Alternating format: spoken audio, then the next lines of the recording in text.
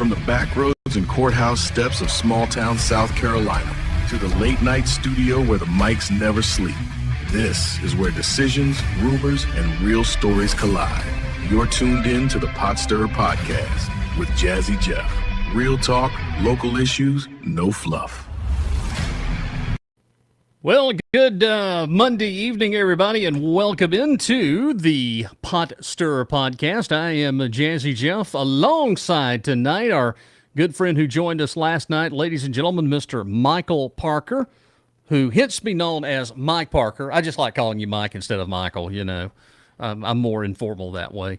Well, tonight we're here with another episode, and tonight we kind of want to go back a little bit, and for everybody joining, you can also make your comments if you have something you want to share with us, and we'd love to read your comments. You can hit the chat button there if you're watching on Facebook or YouTube, or if you want to email me, you can email me at jazzyjeff@potstir.com. That's the email address, and we've already got a couple of questions that have been sent in to us that we'll get to. But Mike, I'm going to go ahead and bring you in here. We want to kind of do a recap of what we talked about a little bit last night. We kind of want to add some things, and we're going to go ahead and bring Mike Parker in now. Mike?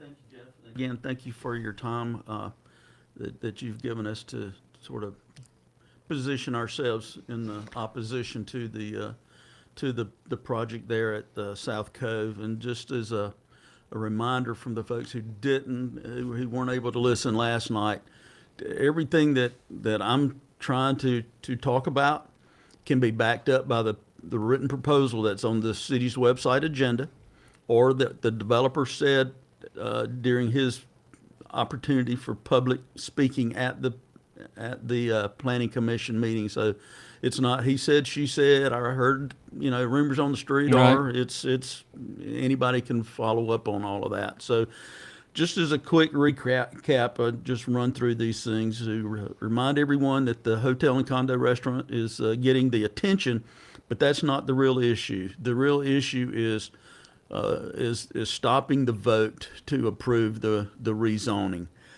because should the rezoning get approved and the hotel fail for one reason or another, we don't know what's coming to that property next. One of the things that I tried to hit on last night, and we'll do a little bit more tonight, is failure for the city to have done their due diligence.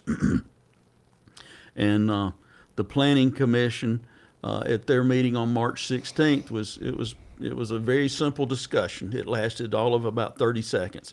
Their opinion was that there's less traffic at a 175-room hotel than it is 232 homes. That was the end of the discussion. They did take into account that the hotel and restaurant would have employees, vendors, customers coming and going. They didn't take into account that the developer clearly shows 378 parking spaces on the site, and that's documented in his written proposal. So they're just the failure to understand what was given to them, shared with them to read and base their opinion on. They didn't do that, and then nor did they take into account the phase 2 portion of the project, which calls for 57 additional homes. One thing I want to add about that I have since learned from last night, the phase 2 would have to go back and be reapproved through planning and through the city council again. So Yep. I did want to clarify that and make sure that information was put out there, Sure. but it would have to go back and be it'd have to be voted on. Yeah, you're right, and I put the phase 2 in my notes there, so just to be clear. And then the next thing we hit on a little bit was the tax revenue information that was presented by the city on the City Talk radio show back on March the 25th and 28th. They were trying to Was that clip number 2? I believe that was clip 2. Well, let me go ahead. I've got the clip here. Let's go ahead and we'll just play this clip for folks to be able to listen to it. That's awesome. Well, a lot of people think, oh, you just want the money. You just want the money. Well, do a comparison, okay? So let's say we do let 230 houses get built there at an average price of probably around $550,000 with the location on the lake. Yeah. If you take, 230 times 550,000, right? Times, let's say they're all residential at 4% times 0.0697.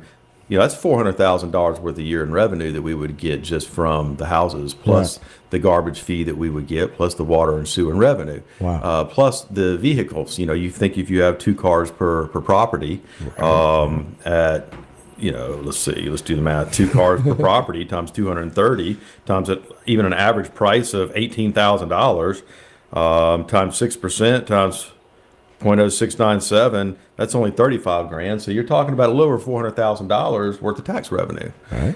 Now the hotel, let's say bad. the build out cost of that hotel is $18 million at 6% times 697. That's only $75,000 in tax revenue that we would get from the hotel versus well over $400,000 that we would get from a neighborhood. So I don't think. All right, that's out of the words of Scott Mulder, City Administrator. So I'll let you guys do the math because I did. If you follow Scott's math and you add the property tax and the vehicle tax together, I think it comes out to $387,000. He's advertising it as more than $400,000. If you do the hotel tax like he described, you come up with $75,000. But what he failed to include were the accommodation tax that would be generated by the hotel and the hospitality tax that would be generated by the restaurant and the tiki bar. So I'm not saying that was an intentional misleading. Maybe it was an honest mistake, but that's a significant amount of money. And then when you roll in, if the phase 2 portion of that happens, then you've got 57 more residential homes that if they're primary homes, that's 4%. But if they're not, that's 6%. So I think it's a little disingenuous to say that they aren't doing a money grab. If they were, they'd be going after the homes instead of the restaurant and hotel. Right.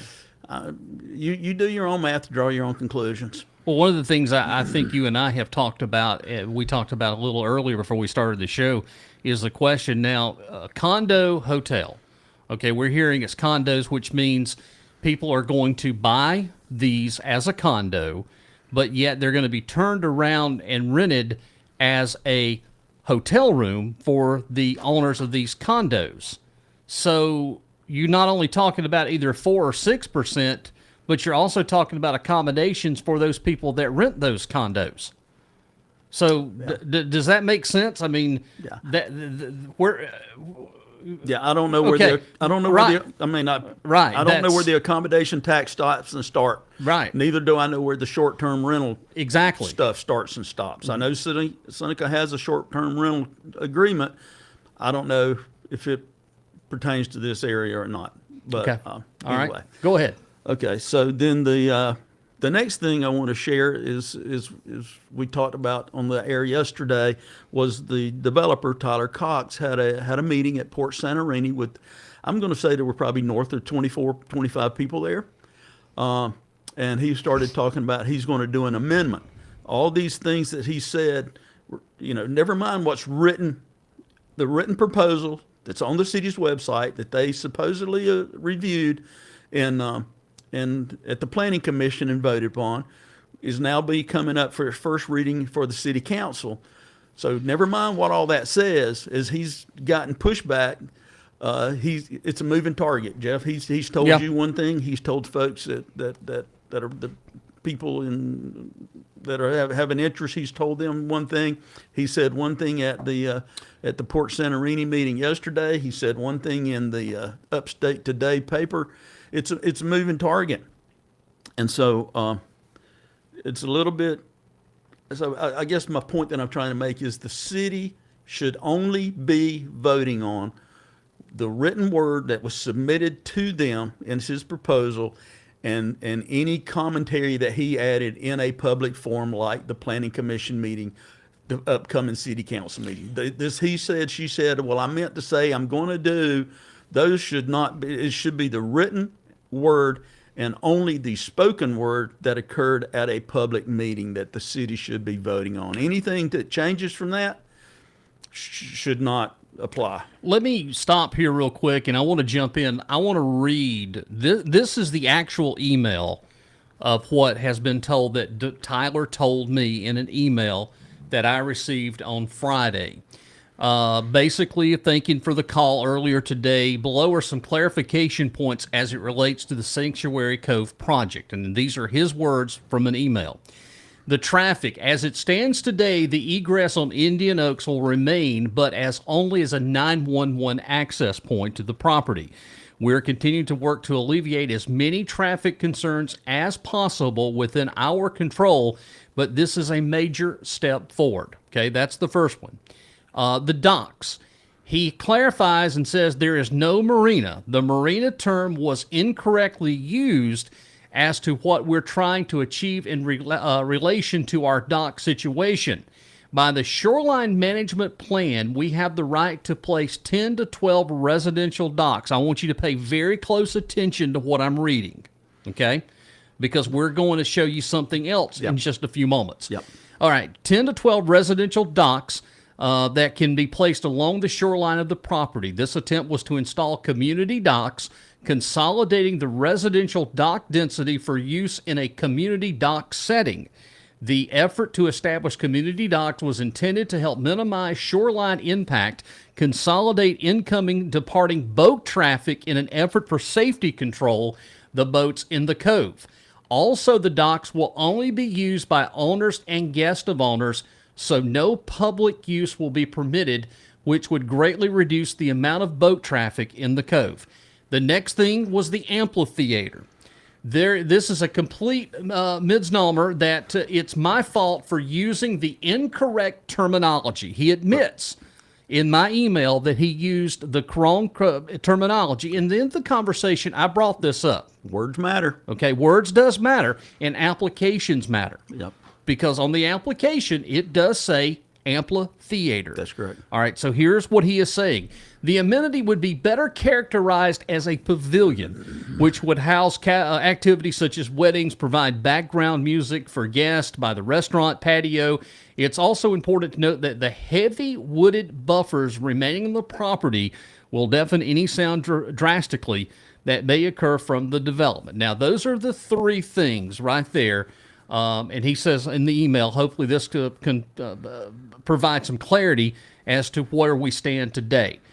I want to go back before we go back to what you're talking about, and when I mentioned that there's no marina, okay? Right. Well, earlier today, you had an email that came to you from... From Duke Energy, the Okay. Shoreline Management Group. let me go ahead real quickly and get that clip up here. If you'll give me just 1 second. We're doing this like in real time here. There it is. Let me go ahead and bring this up right here. And this is an email that you received. Mike got the email from Brett Garrison. And this is from Duke Energy Lake Services.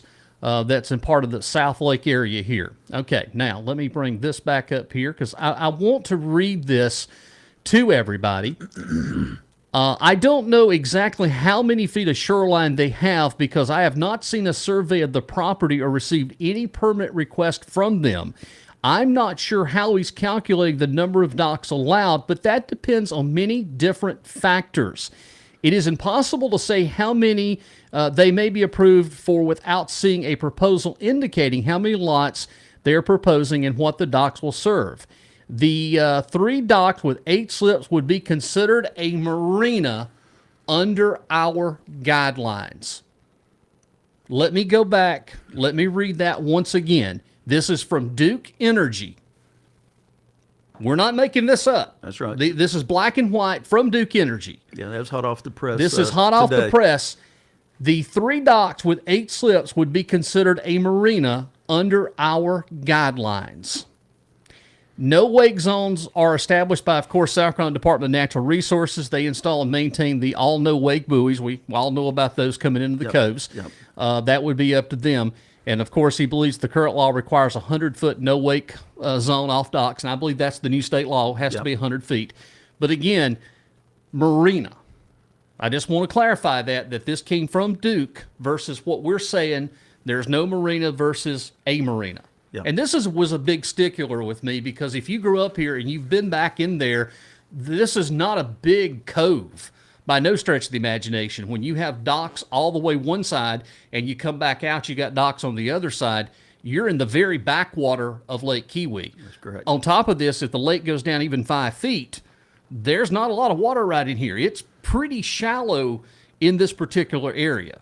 But I did want to clarify and did want to share those comments with you so that you know this is exactly what that Tyler responded to me. Yep, just another example of a moving target, and I'll speak to that in a second. Okay, go ahead. We're back. The last thing is the traffic study. Won't spend much time on that either, other than to say it was advertised that there had been a new traffic study done or updated from the 2019 study, and that that South Cove Road was recounted, and there was no significant change. So from 2019 to January of this year, 2026, they identified no significant change in traffic on South Cove Road.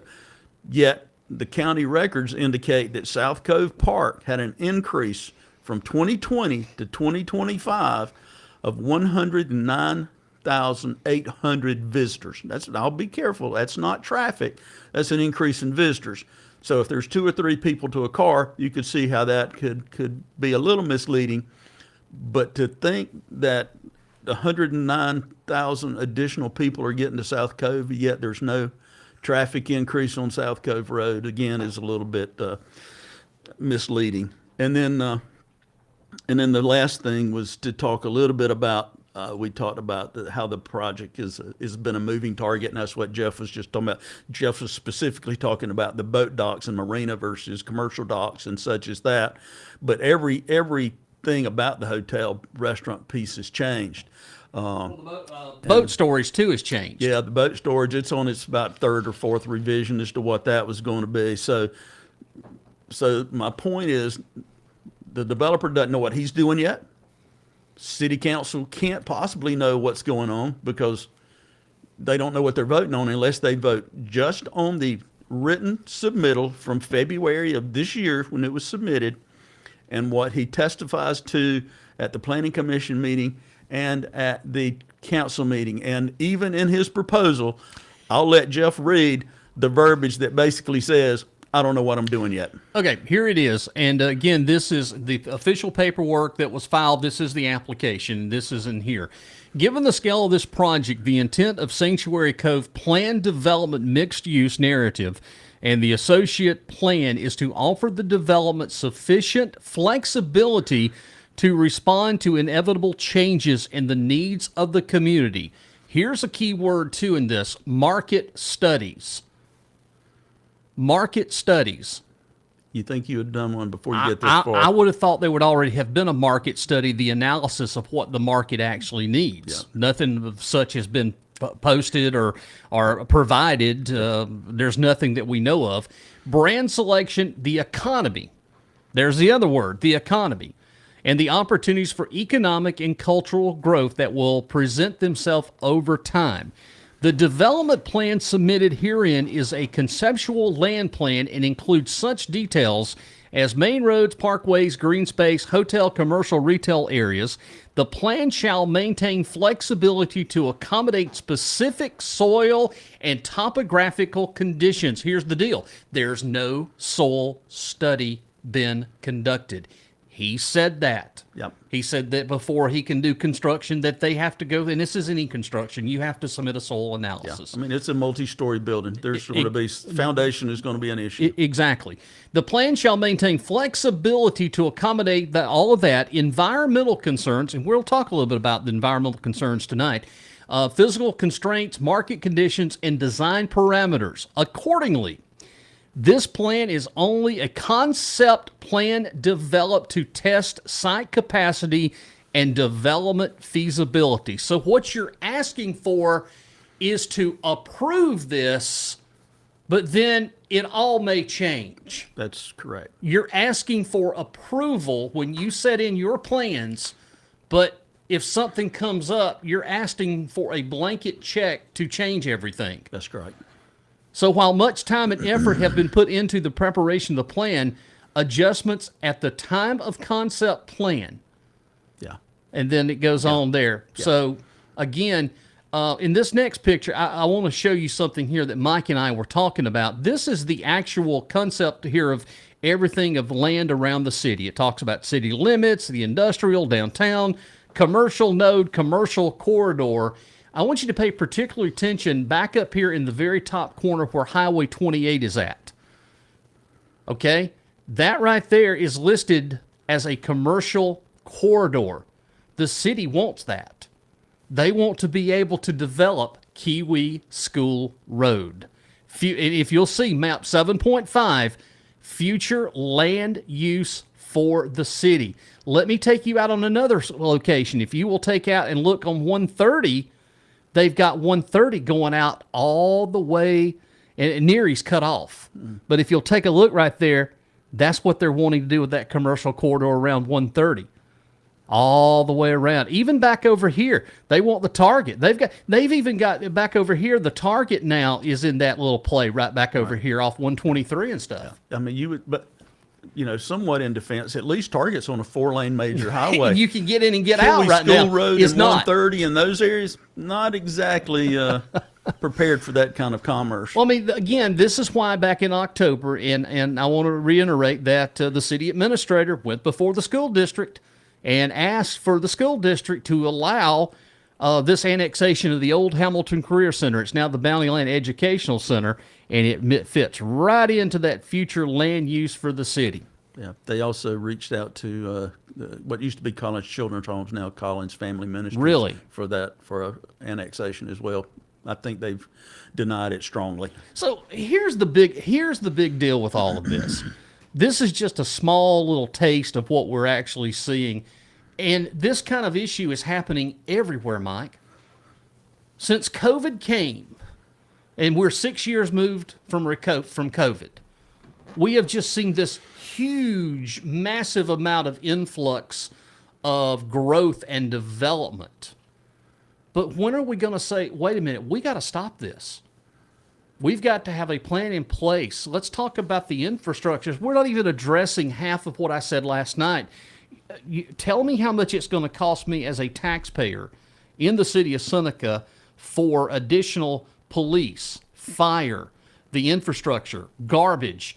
These are things that you're adding on by incorporating more and more into the city, but I don't see a plan in front of me of how this, who's going to pay for all this. And at the end result, guess who's going to pay for it? I am, Mike. That's right. Because I am a city resident. I can. And along with a few other 8,000 people that are inside the city, we're going to be paying for that. Yeah, you could see. And you're not going to have to pay for it because guess what? Well, again, right now, unless they decide they're they able want to jump the water and get me. Well, which they. Mike, apparently there's a precedence for that. Apparently there's a precedence of taking a mile down the cove and jumping in. But yeah, you would think there's going to be a tax increase in the near future if all this comes about. And this again is called due diligence. That's right. It's simple due diligence. It's just like that. We got this proposal, and we got so doggone giddy over it. Oh, look, my friends, we're going to get money, tax dollars. What do? And it's just like they peed on themselves because they saw this money that, we're going to get all this money. I'm okay if it's good growth. I'm not against growth. Right. If it's responsible growth. Yeah. If a city's not growing, it's dying. It's dying. But when I have to question in the area that you're wanting to do this, you already have multiple subdivisions. Yeah. You have a 2-lane road that is over-traveled now. Not only South Cove Road, but Kiwi School Road. You're having to sit through the intersections, and I don't care what you try to do. It doesn't matter if it's homes or if it's hotels. The traffic there is a disaster. Yeah. It's only going to get worse. So now they're trying to go back down on 130 and 123 and fix the Ingalls intersection because guess what? Traffic's a disaster there. Yeah. 123 from Seneca to Clemson is a disaster. It gets worse as we get years go by, but we're just kicking that old beer can down the road. Yeah. And DOT is, they've always been a target for everybody, but at the end of the day, they're reactionary. They are not proactive. It's not a proactive group. Well, if it was proactive, we wouldn't have bridges falling in. Yeah. So, and I think it's irresponsible governance, to be honest with you. If you move forward approving a project that you know is making a problem worse, and you're expecting DOT and the county to come back and fix the It's not problem gonna that happen. you have amplified. Yeah. Yeah. Again, you've amplified. Yeah. And then you're talking about the properties just in the city. Well, South Cove Road is not in the city. No. That's a state road. That's county. All of that in there. But is the ultimate goal to annex all of that? And again, we just saw the map. Certainly is a part of it. Is part of it. And then you have the increase of traffic going down South Cove Road. And again, this year, with high gas prices, there's going to be a lot of people that's going to want to stay home and maybe camp down at South Cove. So you're going to have I think this year is going to be more traffic on South Cove Road than you've ever seen. Yeah. Got a question that just came in my email here at jazzyjeff@potstirrer.com. A predominant citizen in Seneca has recommended that the council meeting be held in a larger venue so more citizens could attend. Why was that not done? And also, why are the financial backers not disclosed so the people of Seneca know who is pushing this project? Again, that's a question I did ask. The second one I asked, I said, who are your backers? And it was kind of like it was laughed off. I never got an answer, and I don't believe anybody else that's asked that question too has got an answer. Yeah. So at the meeting that was called at Port Santorini yesterday afternoon, and Tyler Cox came and spoke and fielded questions as best he could, but a lot of his answers was I don't know yet. I'm still working on that, or it's in the works. Not a lot of concrete in his answers. The exception of somebody asked a question who his financial backers were, and he never really answered that, other than to say that it's going to be a Marriott branded hotel. So does that mean that Marriott's got a financial stake in it? Dude, I don't have a clue. Those are just questions. Yeah. Are you saying that Marriott's going to have a financial backing in it? Yeah. Well, I can tell you that another question was asked about once the traffic studies were repeated and that you got new information back, if it called for changes to the roads and such as that, would that be enough to stop the project? And he said, no, we've got enough money to take care of anything. So, well, have in and mind, he may not have said anything, but basically any significant changes up to and including a traffic light, I would suspect. That's all we need is put a red light on South Cove Road on further down for a red light to get in out of an intersection. Yeah. Again, 2-lane road. Even if you put a de-acceleration lane and turn in there, there's still going to be traffic issues. Yeah. But now we're here. We've heard that they're going to use the, I guess, commercial access for like caterers or anybody else. They're going to use it behind the Covidian plant, the old Kendall plant. Yeah. So he was asked about the South Cove, Indian Oaks Road yesterday, about the plans for it, even though he had stated at the Planning Commission meeting, as I recall, that it was going to be 911 type calls, emergency calls. It would be emergency access. And vendor access, which means, the trucks that are bringing the food and garbage. Vans or anything like that they're going to have, would be coming off of Indian Oaks roads. And so yesterday, Sunday afternoon, at the meeting at Port Santorini, all of that's changed. We're not going to use that road at all. Yeah. And we are working out an agreement with Midgard, which is the old Covidian plant, working out a deal with them to use that access through their property to come in and take care of that. The main entrance into the hotel, restaurant, condos, it's going to be on South Cove Road. Right. But they're going to cut through. Now, the thing that's, I'm trying to just use facts that it can be confirmed. But he said he was working on an easement agreement with that Midgard group. Well, is that for the life of the hotel? Is that for just 2 years, 5 years, 10 years? I mean, if they're still working on it, what is it? And I don't know what that's going to be, but I don't know if I'm just bait and switch just comes to mind every time I hear him talk, and and every time he talks, there's something different. Well, it does seem like there's something different and after hearing. It changes, and I think about when you're in a hole, quit digging. Well, he's still digging as far as I'm concerned. I think also too that some of our city folks have been changing some of the things too. We hear that from time to time.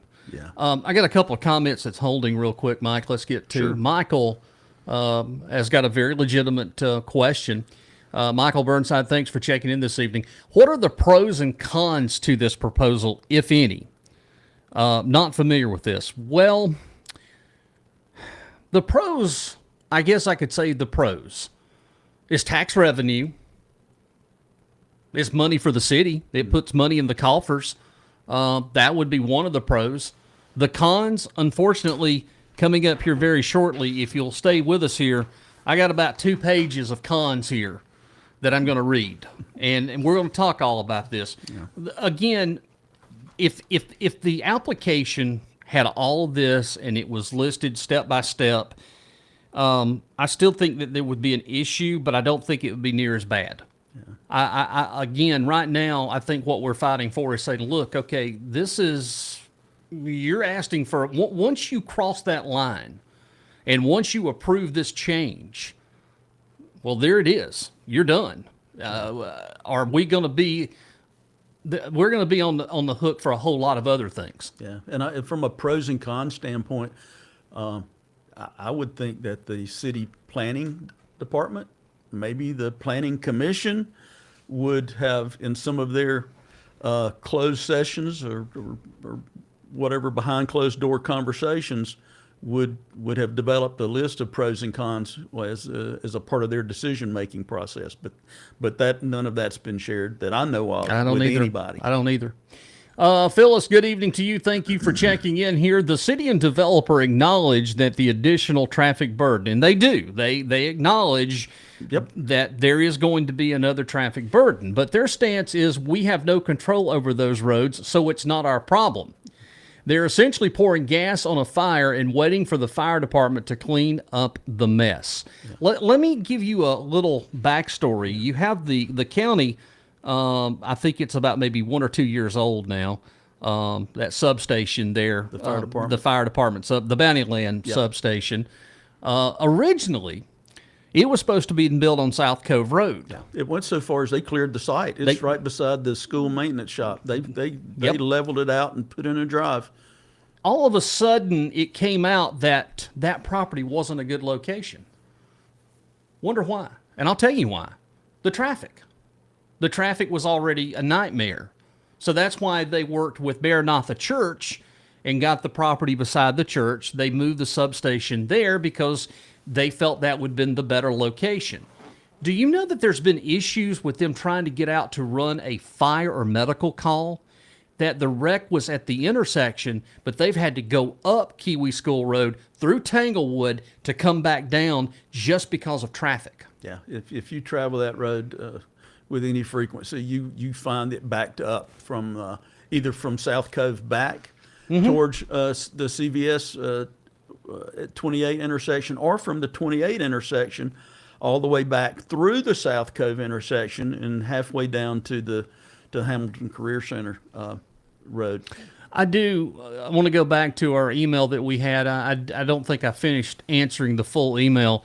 You know, it would behoove me, and I don't understand why, but I would believe and think, though, that if the city wanted to be transparent and listen to the constituents, that they could have reached out and had this meeting at Gillette. They could have had it at Seneca High School at the auditorium to accommodate more people, because let's face it, City Hall doesn't accommodate a whole lot of people. Right.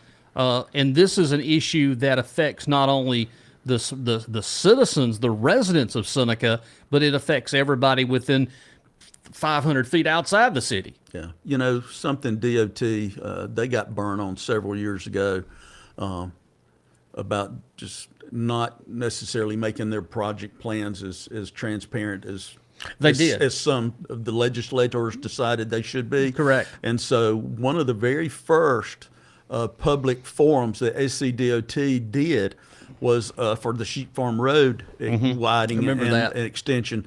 And they came to, it was the Catholic Church, if I recall, the conference room at the Catholic Church. They did. And they put up 3 different alternatives, and they were open for probably 2 hours, and they just talked one-on-one, to the people that came up about the different options and why they thought one might be better than the other, and so the public was able to share.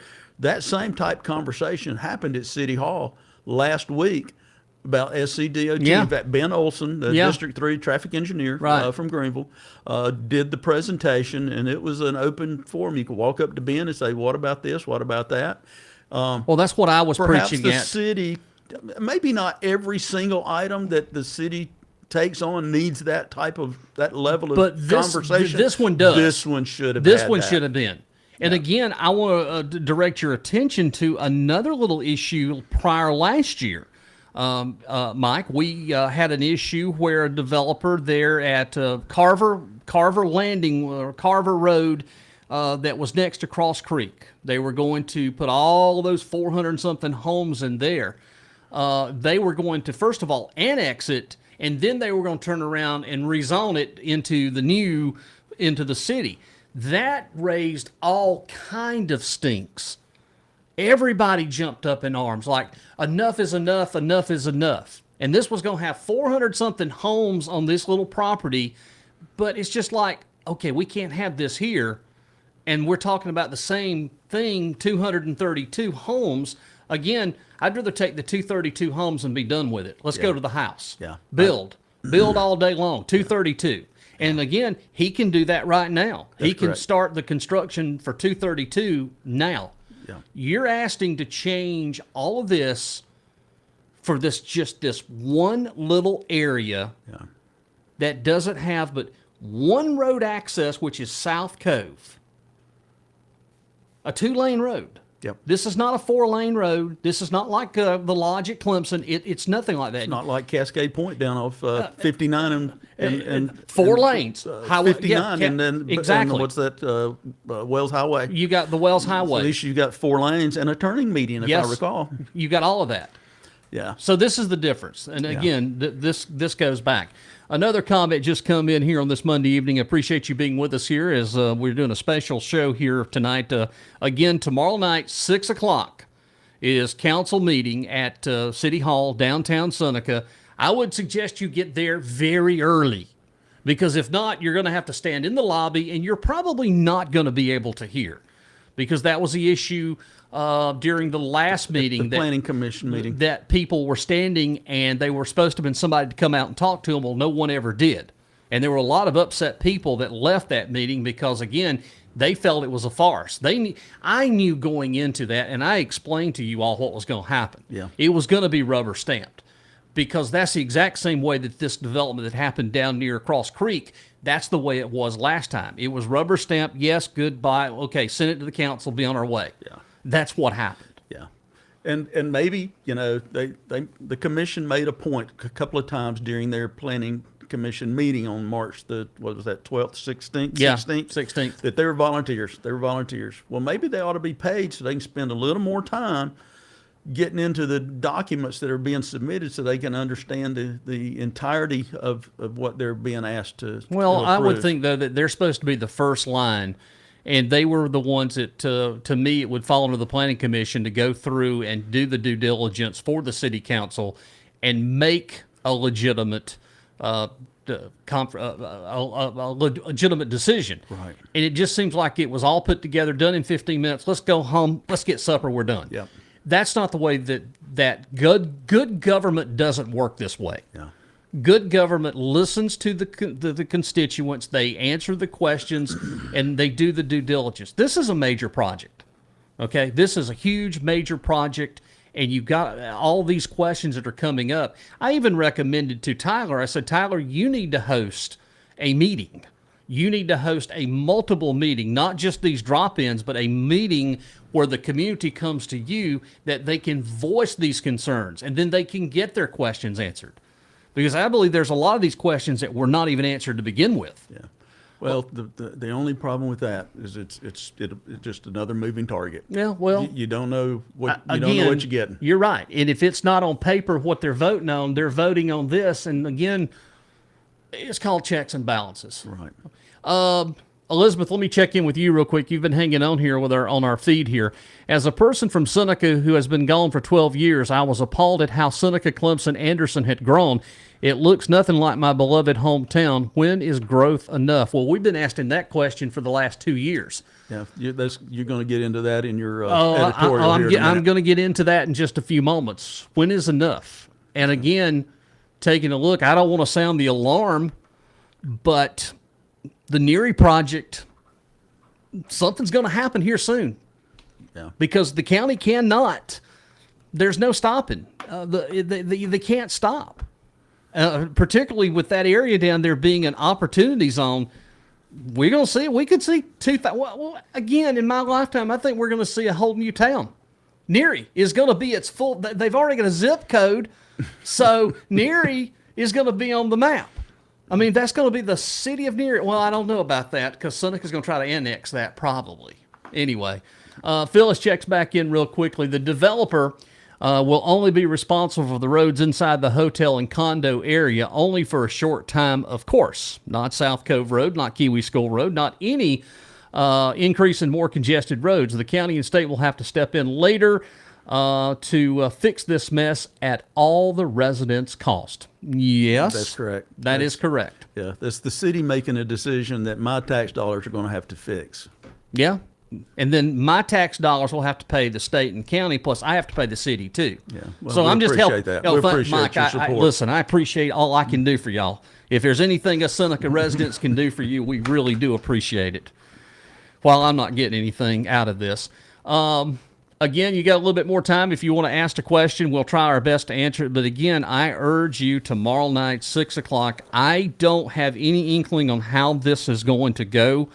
Again, this is just the first vote. Now, again, if it goes through, they'll have a second reading, which will be coming up in May. Did we say May 12th, May something? I think that's the second reading date. Let me see here. It would be May 12th, I believe. Yeah. So that'd be the second reading. That one would be the final reading. But now if it fails tomorrow night, then it stops, but yet that development kind of will stop, but he can still build the homes. That's correct. Because he's got the zoning now for the residential for 232. That's correct. Have in mind, this is the same residential plan that was developed in 2019? Similar. That was patio homes, yeah, I think. And I think the total was 278. If you look at the traffic study, that was done in 2019, I believe it was a planned 278 home subdivision. Now it's at 232. He's on to a little different topic that we really haven't touched on. You'll do the environmental. It'll be short, honestly. I mean, and I think that applies to whether it's the homes or to the hotel. I think the city should require an environmental study, which would go beyond just the 25-foot buffer around the lake that Duke dictates. But there are at least 2, if not 3, bald eagles that are often seen on this site. You can see them across the cove from my house. And so I think, I've talked to DNR, and for those of you who do not know, South Carolina has an eagle biologist. And she said there's, while the endangered species, they aren't on the endangered species list anymore, there are still certain requirements that dictate what you can do around their nest trees and when there's eaglets on the nest. And so she said that's, they need to fill out a permit, and that there are consequences to failing to do that. And then there's, there is a northern long-eared, I think it's called the northern long-eared bat that is in Pickens County. And I'm not convinced, I don't know about Oconee, but I can tell you when I was at the university, I had to do 2 studies. associated with the northern long-eared bat. It won't stop the project, but it dictates when you can do your clearing and grubbing, basically. Okay. So I just think there's some due diligence. One of the things that the city is promoting for the planned development rezoning is they have more control over what the developer can do. They have ultimate control. They can vote no tomorrow night. Mm-hmm. And so if they choose not to vote no, then there should be some significant requirements of the city to move forward with a PD development. Yeah. Let me bring up a comment here, and this is our Al Shadwick brings up something to me, and he's right here, and I'm glad that you reminded me this. How much money did the city and county give to Hampton Inn? Tax abatement.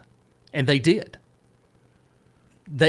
Al's right. I don't remember the figure. I was thinking it was several $1 million that they gave Hampton Inn to build the hotel.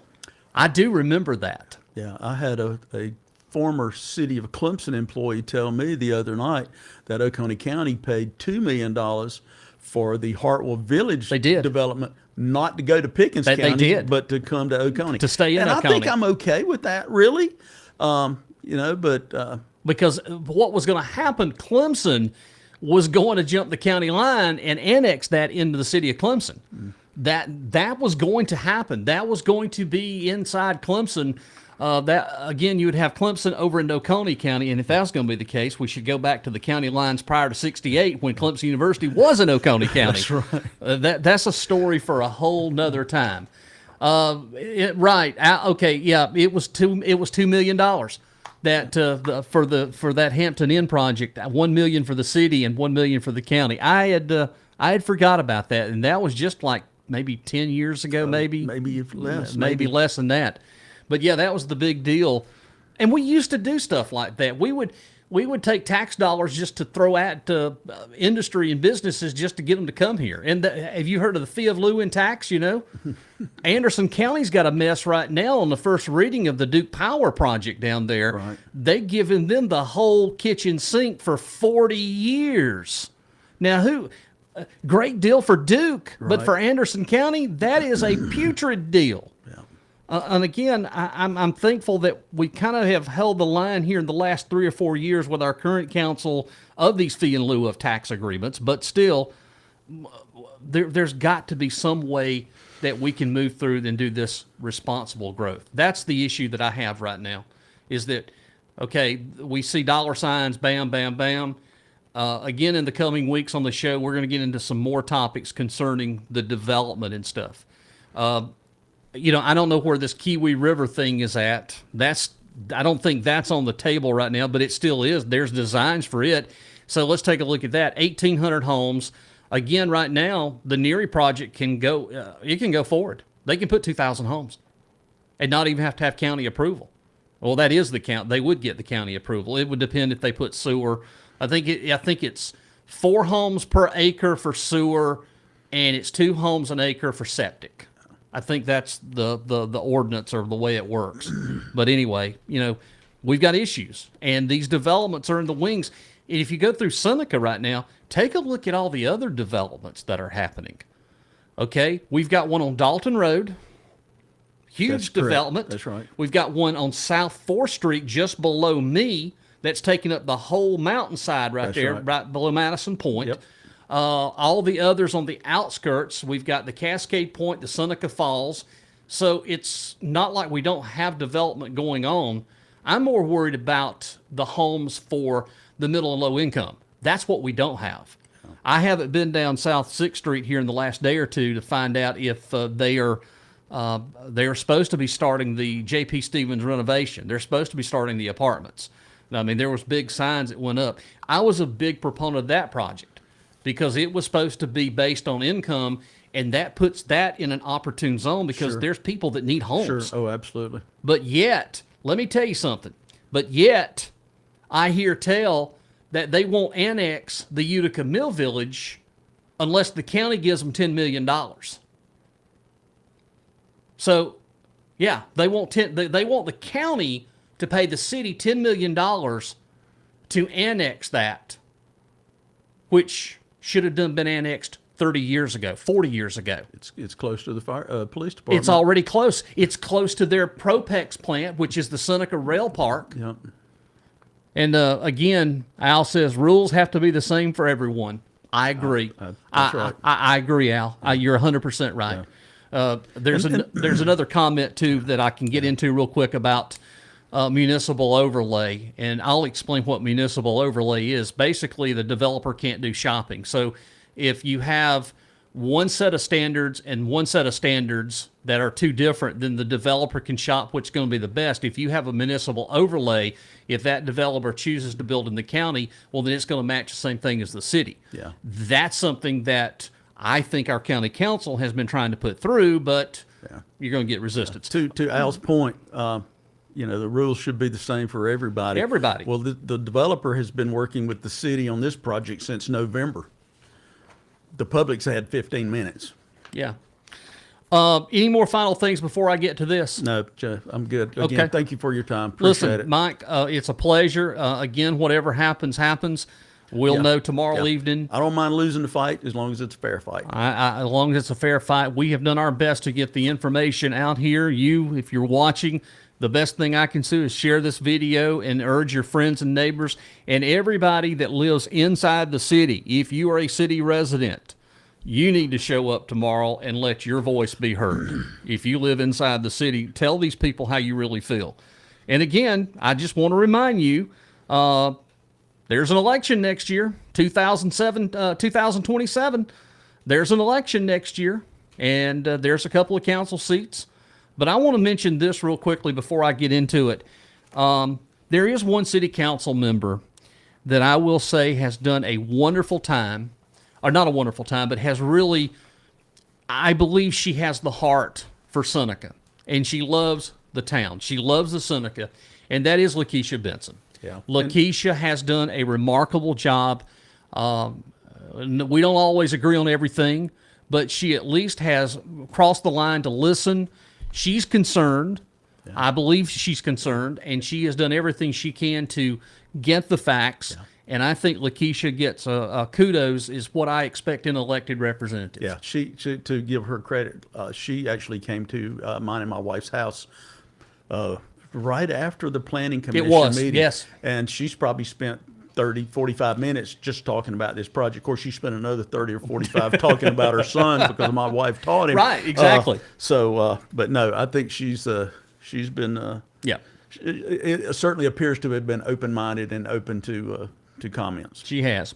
All right, Mike, thank you very much. Let's go ahead and I'm going to wrap this show up here, but I want to read a couple of things to you. If you grew up in Seneca and you know Mr. Gallimore, J.A. Gallimore, he was known for gut-stinging editorials when he owned the paper. Mr. Gallimore had a way of words. Well, this is what today I have spent putting this to words is what, and I worked for J.A., by the way. He hired me in my first radio career. Well, there comes a point when the community has to stop being polite and start being honest. And for this area, the point has arrived now for the Seneca area with Sanctuary Cove. Sanctuary Cove may be dressed up with a polished language, promises of progress, and the usual sales pitch about growth and opportunity. But kind of when you strip this away, the pretty brochures and careful chosen talking points, which remains is a bad idea in the wrong place at the wrong time. This development raises serious concerns about traffic, infrastructure, public service, environmental impact, and the long-term character of our area. And the biggest problem of all is too many people feel like decisions are being pushed forward before the public has even gotten the straight answers. This is not responsible growth. It's not how it's supposed to work. Growth by itself is not the enemy. Most people understand that communities change. New homes, new businesses, new investments can be positive when they're done carefully, transparently, in a way that respects the people already living here. But Sanctuary Cove does not feel like a careful planning. It feels like a project being forced into a place with residents expected to accept the consequences later. One of the first red flags is infrastructure. Roads in and around this area are already under pressure. Adding a major development without a clear and believable plan for traffic flow road upgrades and emergency access, sewer capacity, water service, public safety is reckless. You do not build first and figure it out later. That is not planning. That is gambling with the future of the community. Another serious concern is the strain on services. When large-scale development comes in and the burden does not magically disappear, it falls on roads, fire protection, law enforcement, utilities, school, and, of course, finally, the taxpayers. It falls to the taxpayers.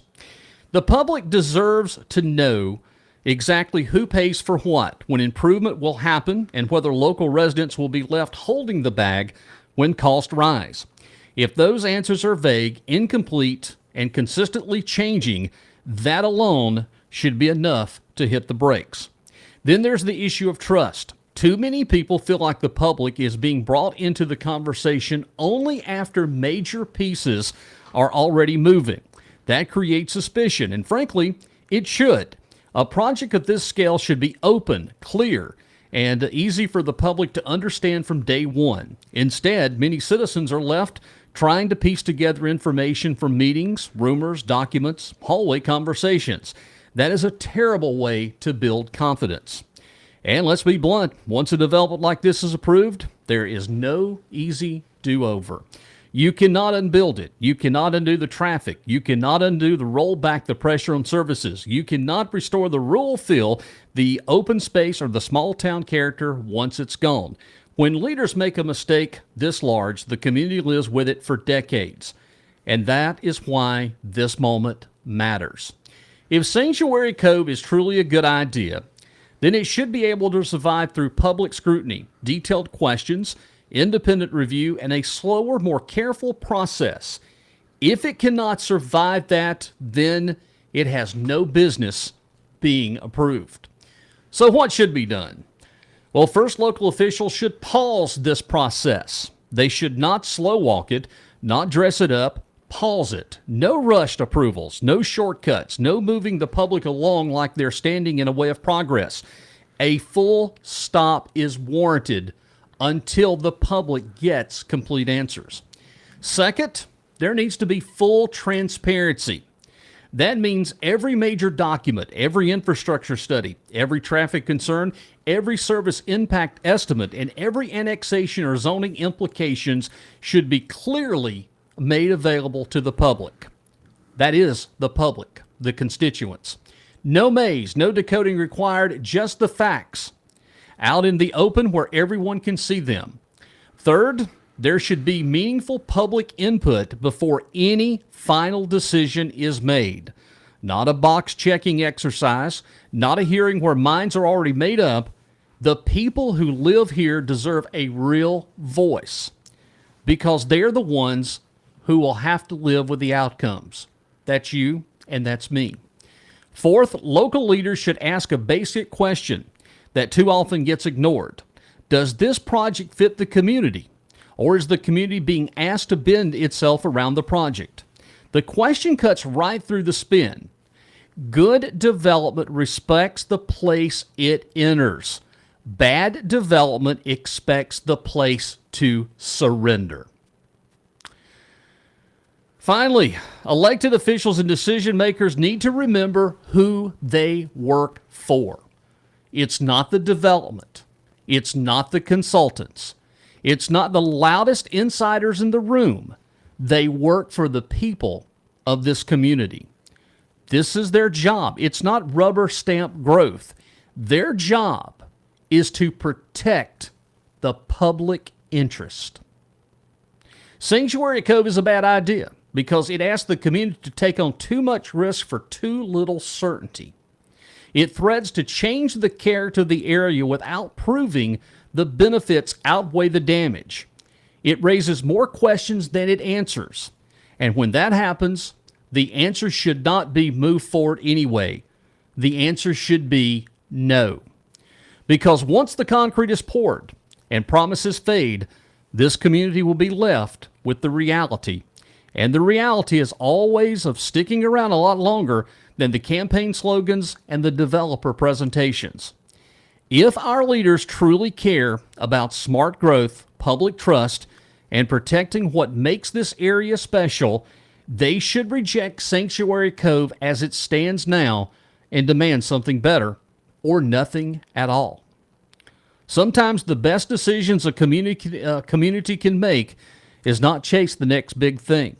Sometimes the best decision is to protect what already makes the homes and our home in Seneca worth fighting for. Hope everybody has a good evening tomorrow night. Be watching on our social media. I'll post the latest updates. I will be there tomorrow night.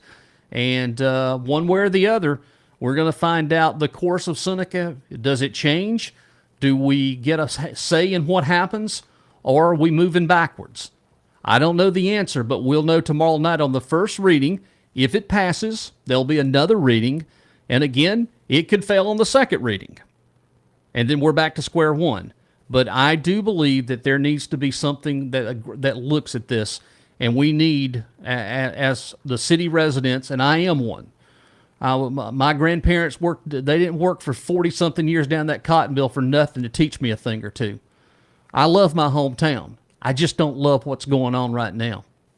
Have a good evening, everybody. I will. The next full show here will be next Monday night at 7 o'clock. We will discuss the forensic audit. It's coming up in Oconee County. We'll have some conversations about that. And as always, the show is available at jazzyjeffpodster.com. And again, thank you for all the comments tonight. And we will see you Monday night at 7 o'clock right here on the Jazzy Jeff, the official pot stirrer. Even got my shirt on tonight. I'm going to get shirts made so people can have these shirts to wear. Matter of fact, if I had 200 or 300, I'd give them out tomorrow night at the city council meeting, but I don't. So anyway, have a good evening, everybody, and I'll see everybody coming up. Bye-bye. From the back roads and courthouse steps of small town South Carolina to the late night studio where the mics never sleep, this is where decisions, rumors, and real stories collide. You're tuned in to the Pot Stirrer Podcast with Jazzy Jeff. Real talk, local issues, no fluff.